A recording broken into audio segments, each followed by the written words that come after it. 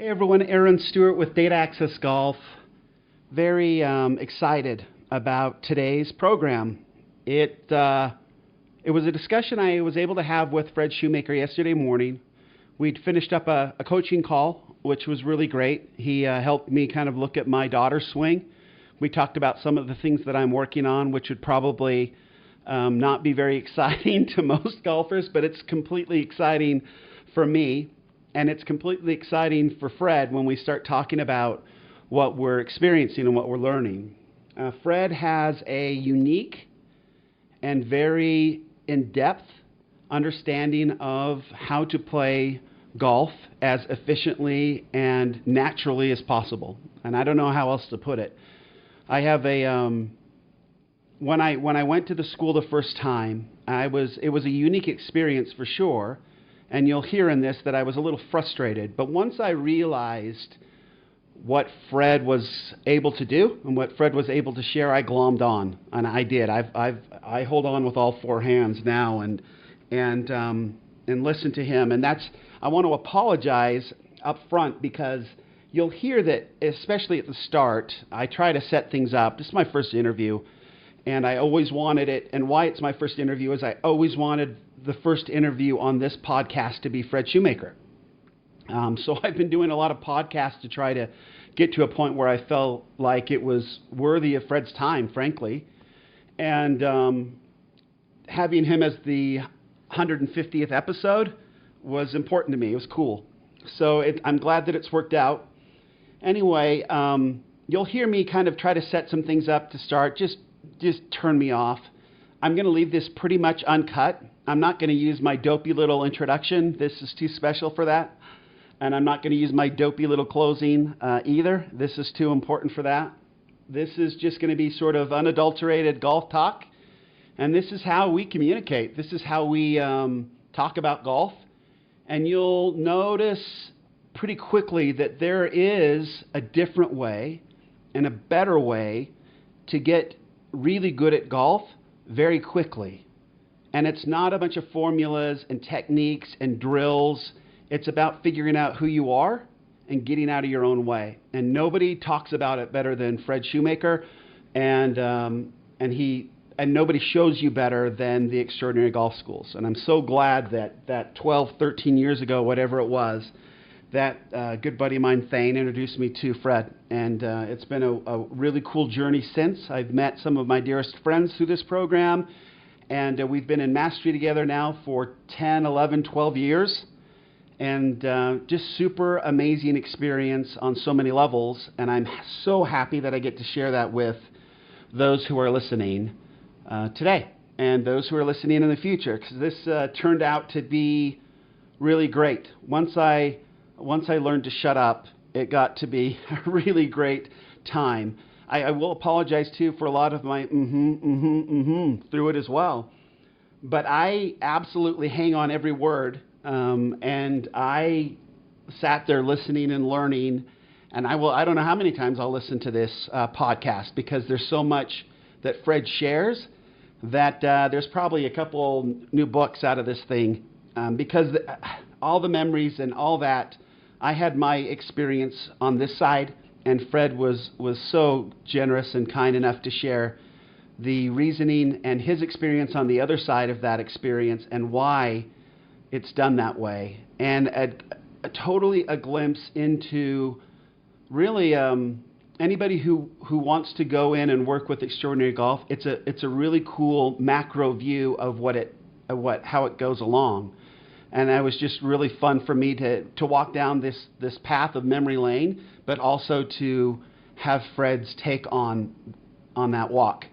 And it's been a very, very cool one. He's a great man. I look forward to sharing this with you. Let me know, comments, all that.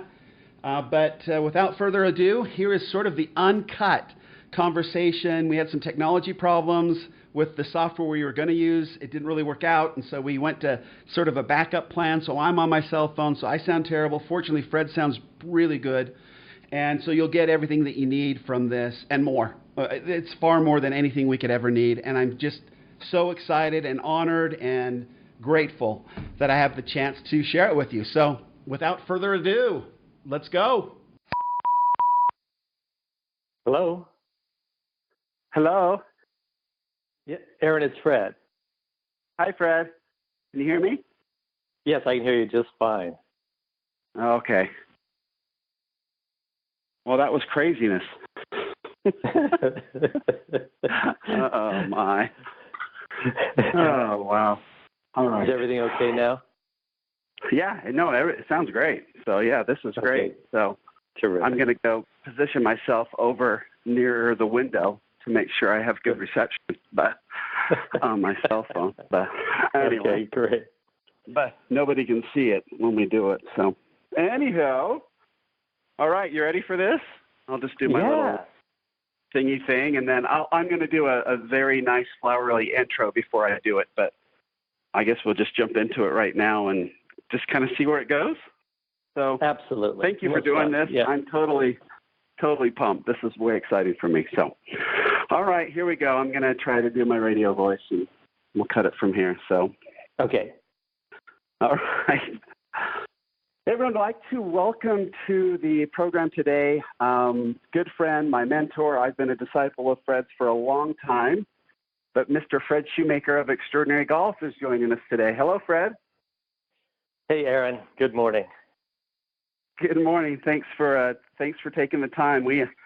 I must admit that we just got done with a little coaching call we had earlier, so that was fantastic. So thank you for that, first and foremost. And also thank you. Just for anyone who's listening, I just want to let people know that Aaron and I have been involved in work, coaching together, being together, learning together.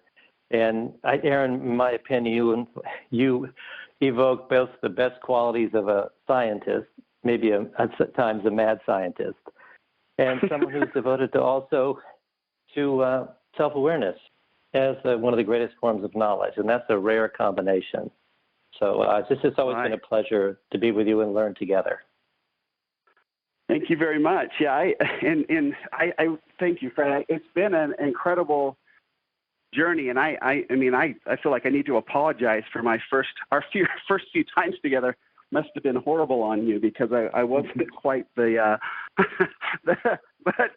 I really respect it. I kind of wanted to even maybe get into it a little bit on how you sort of helped me overcome some of these preconceived biases and things that sometimes we get into golf, especially those that have played like our whole lives, and we have this certain thought process of how golf is supposed to be learned. And in order for it to be learned, and I've learned in order for golf to be learned in a more excellent way, that there's some things that have to change, and you helped me do that.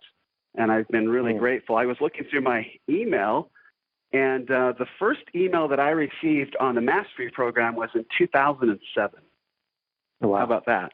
So yeah, so it's been quite the journey. But anyway, I wanted to jump in, and again, I'm hopeful that my experience in getting through that, I think, will probably mirror a lot of folks that are trying to learn golf. And I was raised to play it and think about golf a certain way, and positions and this and that and the other. And I showed up at your golf school with a good friend of ours, Thane, and he had given me your book, and I had read it. And so I showed up with some idea, but not really fully. But when we got into that room the first time, that conference room, which is now a sacred place to me because we spent so much time in there talking. Yeah. But when we began to introduce ourselves, I came to the realization that we were not split up based on our ability levels. And I found that really, well, now I find it fascinating. Back then I was a little frustrated by it. Because there were some beginners in there, and I was like, oh man, I'm way better than these people. What in the world can I learn with these people? What's the mindset behind that of having us all together like that? Well, we've had a golf school in which a LPGA Tour winner and a beginner were at the same school, and I paired them together in an exercise. And the LPGA player said at the end of the program, she had the same thoughts you do. What am I doing with this person? And at the end of the program, she said, I was with someone who was actually a better learner than I was. Even though they hadn't spent as much time doing it, they had the capacity to learn and grow faster than I did. And she said, I got more from being with this person than I did with anyone else. So the notion is each of us have certain levels where we are, like where our awareness is. And the capacity to experience more subtleties or more differences in that area, it doesn't matter who's better or who's worse. We all have a chance to grow by just developing our capacity to be present to things that we haven't been present to before. So it isn't that there's a formula and you're further down the line than other people. I mean, right when I practiced this morning even, my intent when practicing was, what can I tune into an experience that I've never experienced before? And I think that's what makes the difference, whether you're a tour player or whether you're a beginner. Awesome. Yeah, I had a similar experience, and I think we've talked about it and you set me up a little bit, and I'm so grateful that you did. I think that you probably sense you've done this so long, you've probably sensed the real sort of antagonist in the group, perhaps, and maybe I came across as more of that than anybody else. But we went out to the range. We introduced ourselves. We went out to the range, and we went through. You filmed us 2 different ways, and you cover this great in the book. You filmed us hitting a golf ball, and you filmed us throwing a club. And then we went back in to the conference room, and you showed me one of the beginner's swings hitting a golf ball, and you asked me, "Hey, Aaron, how long is it going to take for this lady?" And she was probably in her late 60s or something, and she hadn't played a lot of golf. You said, "How long will it take her to have a good golf swing?" And I looked at it and was totally panicked because we were all in that room together. And I said something along the lines of, "I don't know if she can." Okay. And you kind of had a little smile on your face, and then you quickly went over and showed me her club throwing swing, and I knew at that moment that you'd got me, that I had been had, because I looked at her throwing motion, and then you said, "Well, what about this swing? What do you think of this swing?" And I said, all I could say is it's perfect. What is it about that makes that happen? I looked at one golf swing that literally was a disaster in my mind, based on everything that I knew at that time. Yes. To a second later, seeing the exact same person, probably 5 minutes later, make a motion that was perfect as far as a golf swing motion goes. What is that? Each of us has, from the time we grow up, an instinct to propel something, an instinct to throw something, an instinct in how to move. It's part of our DNA. We've done it with so many things. Some people may be slightly more efficient than others. See, the purpose of a golf program is not to coach somebody in a formula, but to have them discover what they innately already have. And most people come to a program and say, I suck, or something's wrong with me, make me better. I've been doing this now we've had over 1,000 golf schools. No one's ever come and said, I have everything I need. I'm whole. I'm complete. The only thing it's missing is some awareness. Lead it out of me. Bring it out of me. And that was the intent of that video, was to show people that it isn't someday and some future time. What you have is already here right now. And the point of all of this was to have people see that it's possible, that it's possible. And that opens up something. It isn't like, I'm going to wander forever and hopefully someday be able to hit a ball reasonably solid and break 100. It's just that, wait a second, here I have something. So it changes the orientation of how learning happens. Instead of going and finding it from this teacher or that teacher, getting my backswing from this and my downswing from that, the orientation is now, how do I lead something out of me that it is already there? And that's a different way to go about things. And when you go to practice, the whole point of practice is to grow your awareness of where you are, to grow your awareness of a new possibility, and begin to feel the differences in the two. And as far as I can tell, that defines learning. Learning means I experience where I am. Not that I have a concept, not an understanding, but a direct experience of where I am. The second thing, I have an experience of a possibility that could be way more effective. And then when I swing, I can feel the difference in the two. And if that's happening, the only recourse of a coach is to shut up and watch learning take place. So that's what the films were about. to have people see that they're quite amazing already. And it has such the effect on all of us, I think, was extreme.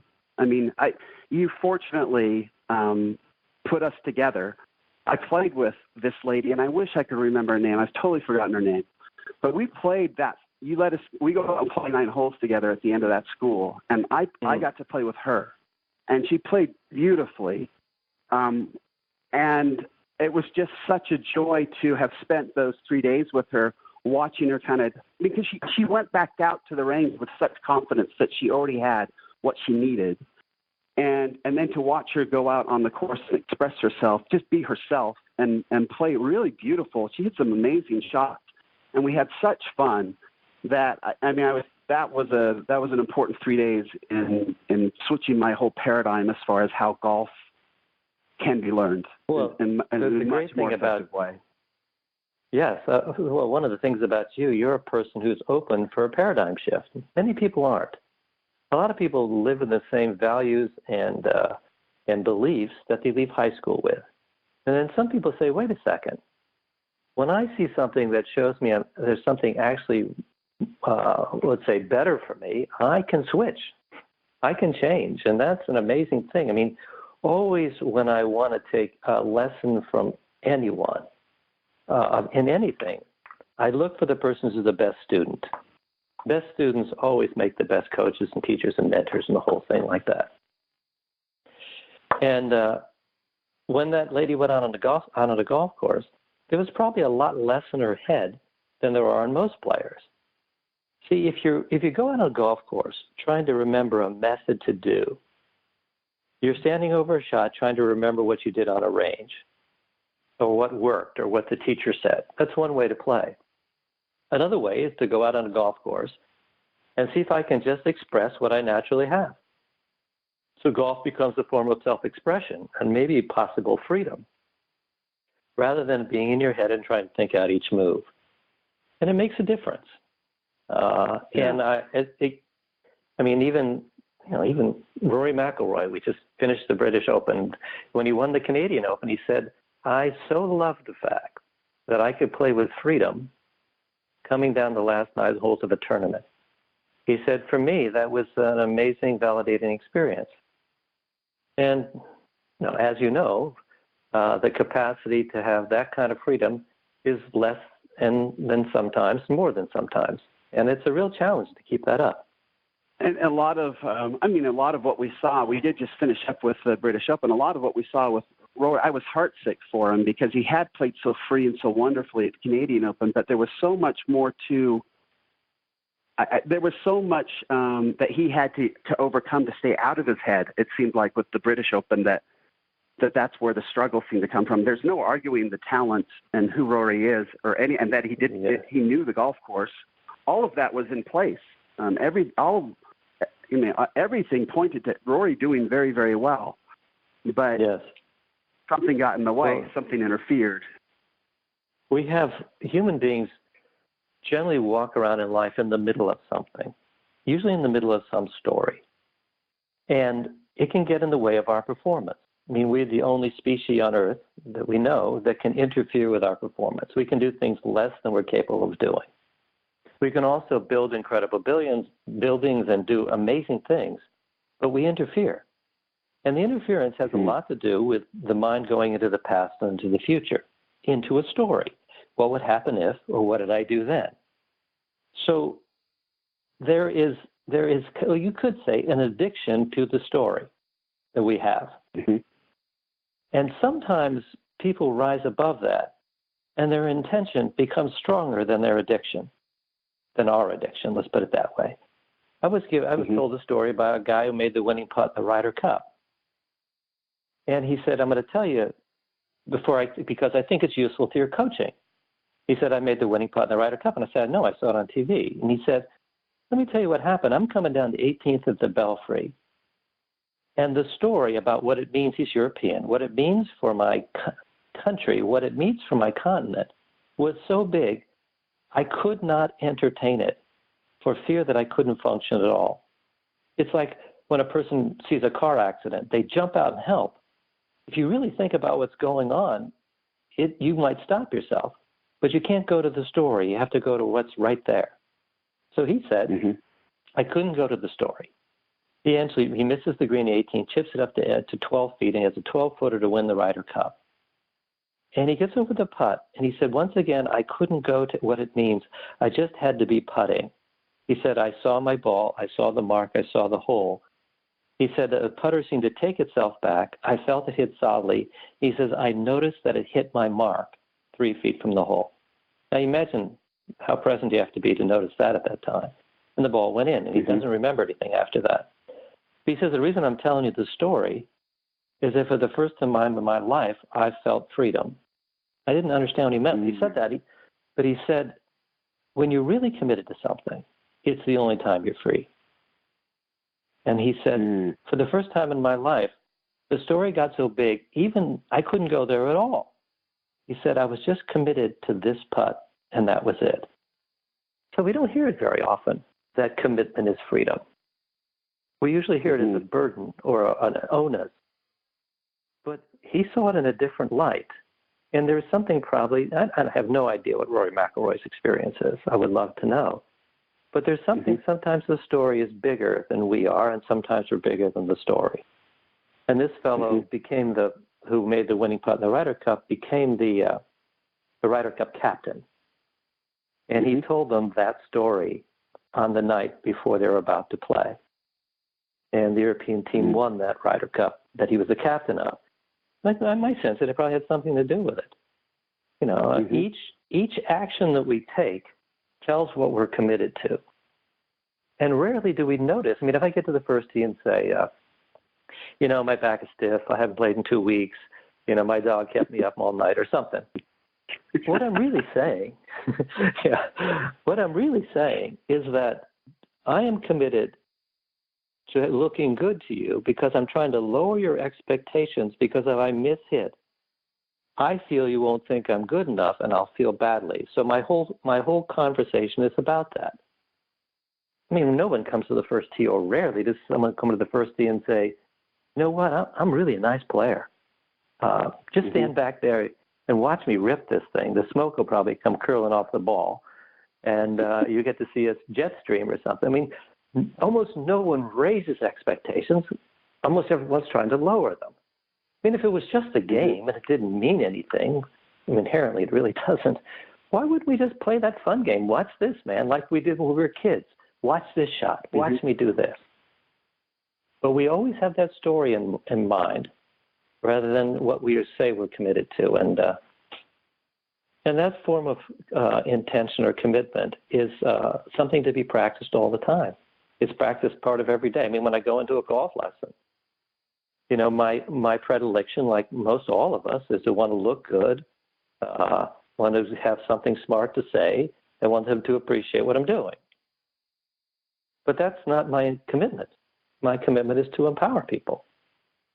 And if I can stay with that, I seem to say things that are more on point rather than trying to get a compliment. And the lesson goes with much greater velocity, because to empower people is to develop them as their own coach in such a way when they leave, they can coach themselves in ways they never had before. So this whole notion of the being bigger than a story, you know, it should be taught in first grade, but we don't up to this point. I remember a time, this idea of a story and wanting to do well and all that. I remember a time we were on the back tee at Carmel, and it was just the two of us, and it was moving towards the latter part of the day, and you realized that I was trying to do stuff. I was trying to make my body do stuff, and I was trying to listen to what you were telling me and do stuff. And you stopped everything, and you said, okay, for the next little while, I'm just going to shout numbers at you. You're going to add them up, and you're going to tell me the answer, you know, right after you hit the ball. Yes. That's all I want you to do. And I started, and I had been hitting some real plunkers. And you started just shouting these numbers out at me. We were the only two back there. And I started hitting the ball unbelievably well. There was no way for me to have a conscious thought because I was adding numbers. And that was so fascinating to me. I guess it goes back to the throwing motion. But why do you do that, and what do you get out of, I mean, I know what I got out of it. What do you get out of it watching somebody go through that?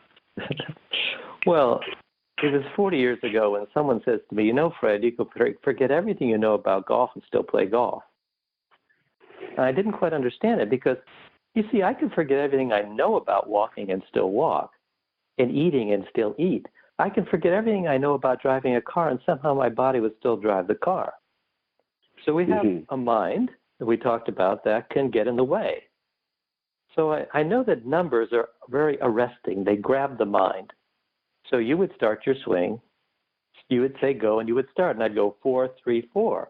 And you have to tell me that it's 11 before you look to see the ball in the sky.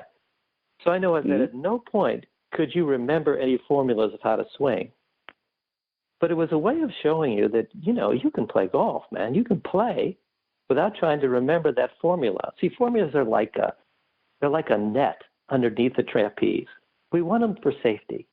We want them to, just in case I have to remember something. And most people walk to the first tee with the memory of the formula or the instruction in their head. And my experience, it's not a great way to play. See, I've had a chance to work with, maybe 150 golf professionals. Mm-hmm. People who play well walk to the first tee with the etching of the experience in their body and not the memory of the instruction in their head. And they're able to kind of notice that etching and how it works out. And it's different. And when we did that, just giving you numbers on the back of the range, it was one way to show you how much you already have. And you don't have to remember so much. I mean, if you just look at it logically, if I'm on a range trying to make sure that I get a full turn, so it's actually, if I say I need to make a full turn, it's an expression of distrust that I can make a full turn unless I think about it. So just seconds before I hit, I am exhibiting lack of trust. And everybody knows that trust is valuable, but very few people realize that they're actually practicing the opposite of it. So what would be when you actually trust something, I mean, trust is to assume the reliability without trying to control it consciously. And that's what we were doing. We were engaging in an act of trust with you to see how reliable you are when you don't try to control things. And that's what we were doing. And it makes a person just realize, or maybe if you look back on it, or it's just that how good you were and are. And it also, when people add numbers, there's a certain freedom that the body has too. And probably the number one source of mishits in golf is over-tightening of muscles that are unwanted. And if you hook up amateurs and professionals, an amateur hits an 8-iron 125 yards and a professional hits it 165 yards. They find that an amateur will tighten up between 20 and 30% more muscle fibers to 125-yard 8-iron than a professional will. But yet, if you say to someone, just relax, that's inaccurate because that means on the ground asleep. So when we did that, somehow your body knew what to tighten and what not to tighten. And I can't teach that. Are you kidding? No one can. Tighten your deltoids for 1/14 of a second and your trapezius major for 1/9. I mean, that's true mechanics, but unable to do. So that's what we're doing. That's all. And I like those times. I love it when the fact that you can see that you can hit a golf ball really well and not try to have to figure out how to do it every time. It was shocking to me. But yeah, it was really, I mean, it was definitely one of those moments where I was like, oh, I'm not in control of this whole thing. The voices of my head are not the golfers. They need to leave me alone and let me take care of things. I need to distract them somehow because I'm always, I'm obviously much better when they're not helping me, air quotes, helping me. That was totally an awesome. We've had a lot of really cool experience on that back range for sure. And as you were talking, another one came to mind, and I think, and again, I know that a lot of people that play golf want this. We want to hit the long ball. We want to display power, and if we can get close to the green, we think our scores are going to come down and all this wonderful stuff. And so I said, hey, I don't feel very powerful. And so you took me to the back of the range, and you always have these bags of throwing clubs. And off the back of the range, there's a little par 4 right there, but then there's a river on the other side of it that I could throw as hard as I really wanted, and there's no way I could get anywhere near there. Nobody was out at the time. And you said, okay, you want power? Take this club and throw it in the river. And I'm like, what? You just throw it as hard as you want. And so I started heaving these clubs, and then you had me pay attention to my body. And what does that do for us when unadulterated, I was throwing these things as hard as I could, but so many powerful things came out of that exercise. How did that occur for you? There's a thought that a teacher can help someone produce power, like a bigger X factor or increase your turn or whatever it is. But the chain of events is so complex and so subtle, it's impossible to teach it, and yet you can learn it. So I'm under I'm living in the sense that your body has gone through 1 million years of evolution, basically, as far as we can tell, and it knows better than I. So if I ask you to throw something, and then I ask you to throw it farther, your body will show both of us how it's designed to do it.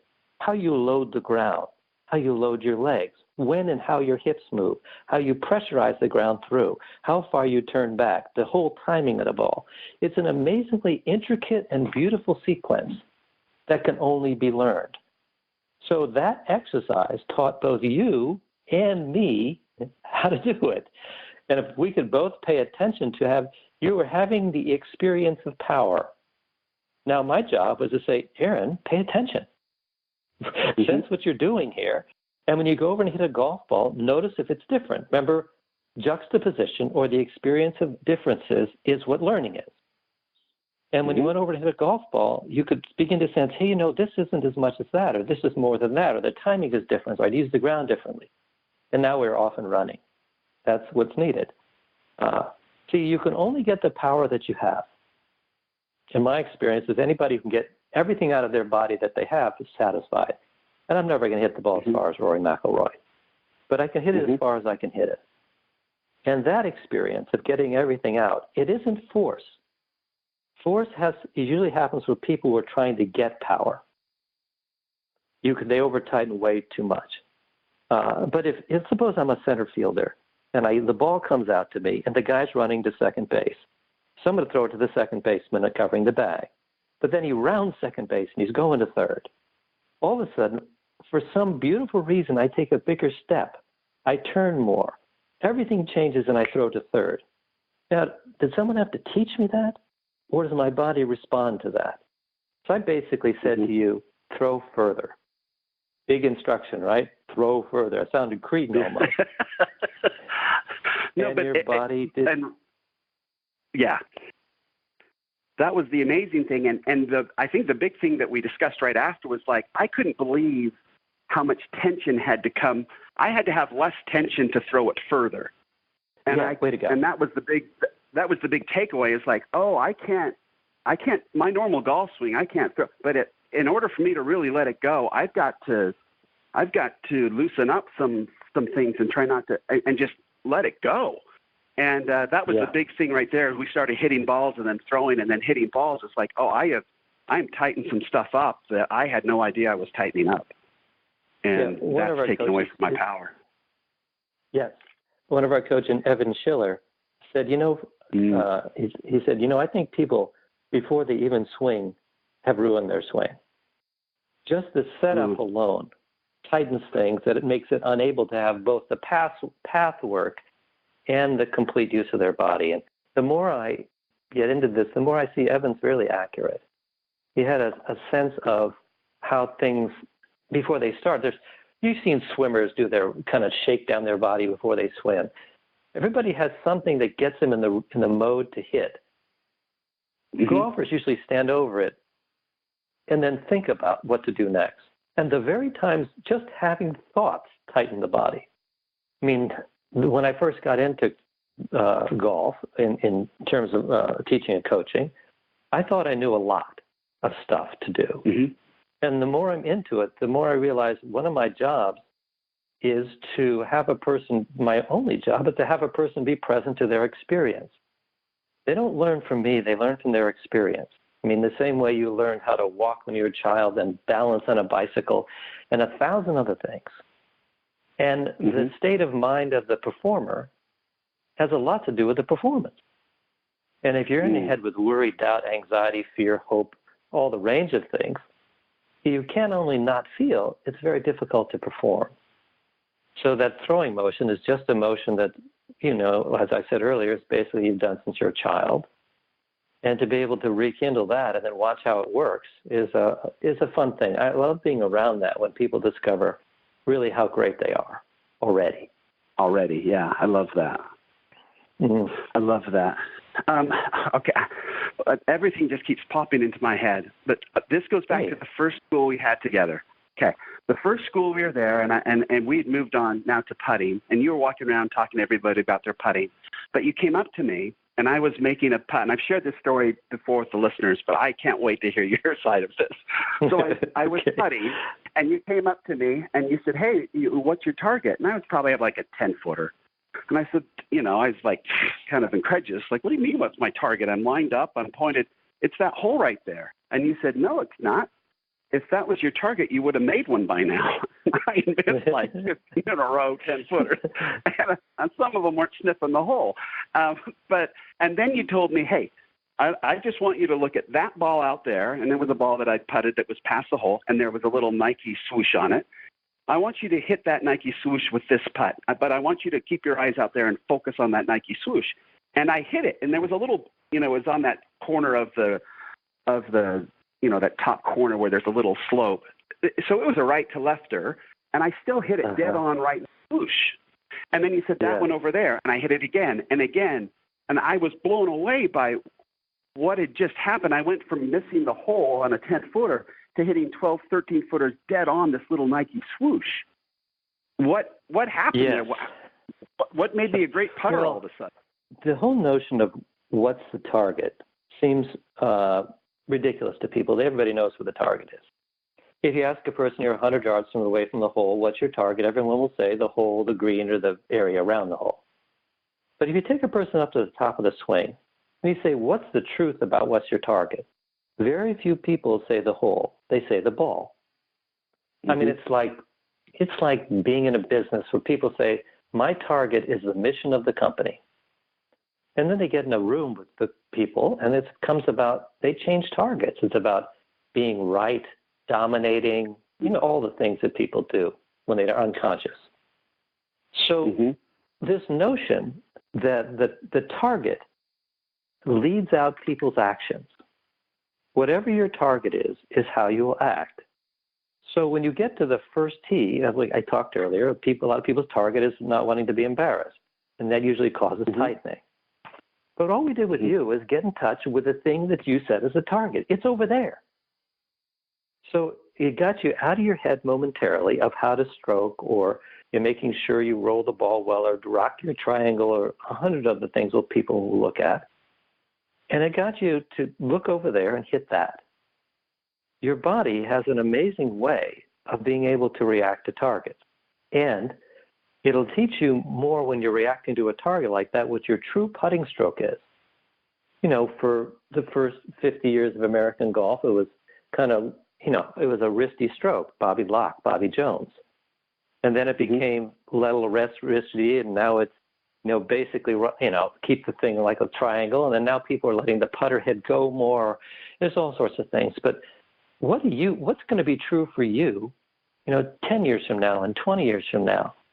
See, when you're really with the target, your natural instinct or true stroke comes out.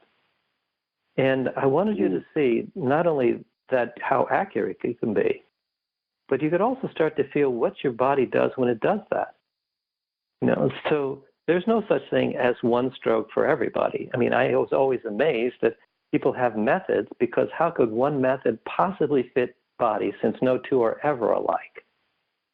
You can say it's kind of like, you should swing kind of like Patrick Reed or something like that. Well, it's never kind of like. Bodies are so different. The only thing you can be is you. And that was the way, one way of bringing it out. And when you get out to a target like that and start hitting that Nike swoosh, it's possible you could put your head back to your golf ball and still be connected to, related to, responding to that same target out there. See, what professionals, when you ask this to a player who's playing for a living, you're 100 yards from the hole, what's your target? He basically says the pin. Then you say you're at the top of the backswing, what's your target? They look at you as if you're stupid. He says the pin. Yeah. Okay. And I said, okay, we can leave that now. But it really is. The golf ball is captured on the way to that. You know, it's not the thing. It's the thing that goes to the thing. And that was one way of doing it. I think I have a job because people make golf balls the targets. And you can see bodies stop and stall out, and clubs flip around, and you know, people say I can't finish it and I don't hit it solidly. It's not the target, and in some level everyone knows it's not, but we always get caught up in it. That was a way of doing that. You have a lot of great memories from these things. I mean, you remember way more than I do. No, I do. I have tons of them. Yeah, tons and tons. But one of the things I know we're running short on time, but one of the things that we always geek out about together is how to build awareness, and we've gotten into how to use different technologies, like swing by, body track. So your advice to us as students, I mean, there's lots of cool technologies coming out there. How best can we leverage technology to make us better golfers? Okay. I love all technology, okay? Yeah, you do. We will try everything. Yeah, it's awesome. Yes.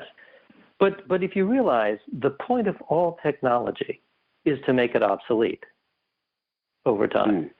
In other words, can my awareness match reality? See, I love swing by like you do. Swing by has me some really cool stuff. So I would like every swing I swing to be either videoed or have some technology on it. Because in the absence of accurate feedback, accurate, timely feedback, nobody improves. So it takes timely, accurate feedback. But the feedback, you don't go swing and say, what does the machine say? You swing and say, this is my experience. I feel that my club face was open 4 degrees and I came down 3 degrees inside, or whatever it is. And then you look at the machine to verify. Always use your experience first. That's where people get lost. They look at the machine or the video and they say, oh, I'm coming over the top again. So instead of swinging and say, no, I think that one was down the line, and then seeing whatever it was. See, the whole purpose of machine, as I said, to make it not only obsolete, but to have it so you can tune into, like Swing Bite or TrackMan will show me where I need to pay my attention to. Okay, first, I don't match reality there. I need to pay attention. So that's where I go to. And I swing and watch and swing and watch. And when my experience matches reality, it's an exciting time for me. See, I love blind spots. And that's where my experience doesn't match reality. So I use all these things. Now, the problem is that people think the answer is in the thing, and it never is. The answer is in your capacity to have new experiences replace old beliefs. And that's all we're doing with technology. So if that can happen, then it's all really great. And see, also here, most people don't want accurate feedback. We don't want it. We're afraid of it. I mean, how many times do workers say to another coworker or their boss, tell me what you see in me that I might not see in myself related to what I've committed to. I want you to give me some feedback, and I'll take it as a gift because it's the only way I'm going to learn. No, we're afraid of feedback because we think it's going to be bad feedback. And I mean, I've been on ranges for 44 years now in coaching, and very rarely does someone have a camera or some device. It's always hit. And if the ball goes well, I'm happy. And if it doesn't go well, I'm sad. So to crave accurate feedback is to be a great student. And I think that's what you do. And I think, you use it in a way that is really highly advanced. You use it in a way to develop your awareness, and not as a crutch in order to make yourself wrong or make it never good enough. And that's Right. I love that kind of feedback. Right. The more subtle, or make the better. yourself right for that. Yeah. Yes. Perfect. Yeah, that was Yeah. Yeah. All right, Fred, we got to wrap it up. I know you've got other things to do. So my last question, this is going to be a little, you can get angry at me later for it, but you've been doing this Yes. a long time. You have helped so many of us for such a long time. What do you see your legacy in golf being? What do you want it to be? When this is all said and done, and you've helped as many as, what do you want to be remembered for? What's the big message of Fred Shoemaker and Extraordinary Golf? Well, I don't remember one instruction my dad ever gave me. And to me, that's a huge compliment to him. Mm-hmm. So if the best thing that ever happens for any golf lesson I have, that a person is present to life and experiencing and enjoying life, life works for them. Golf works for them. That's all. I don't want to remember me. I mean, that's fine. And so if there is such thing as a legacy, it would be no legacy. That a person could just enjoy their life, empower others, honor their commitments, have a workable relationship in their businesses. That's great. To just enjoy one's life. The greatest thing that my coaches ever did for me, from Tim Galway to Gary Lester, was allowed me to be present to enjoy my life. I appreciate for that. I appreciate they didn't fill my head with formulas and prescriptions, and that would be enough. And to have people like you who are curious and fascinated, and taking this in directions that I hadn't even thought of, and that's just so great. People standing on the shoulders of other people, but not burdening themselves or others. That's it. Unfortunately for you, you've reached sainthood in our house, so that didn't work out well for you. But anyway, that is a good goal. I appreciate it. Well, Fred, thanks thank you so much for everything. You're welcome, man. Yeah, thanks for a fun conversation. Yeah. As Thanks, we always Fred. Appreciate it. We'll talk to you very soon. Yeah. To be continued. All right, Aaron. Bye-bye. To be continued. Thanks. Bye, Fred. Bye-bye.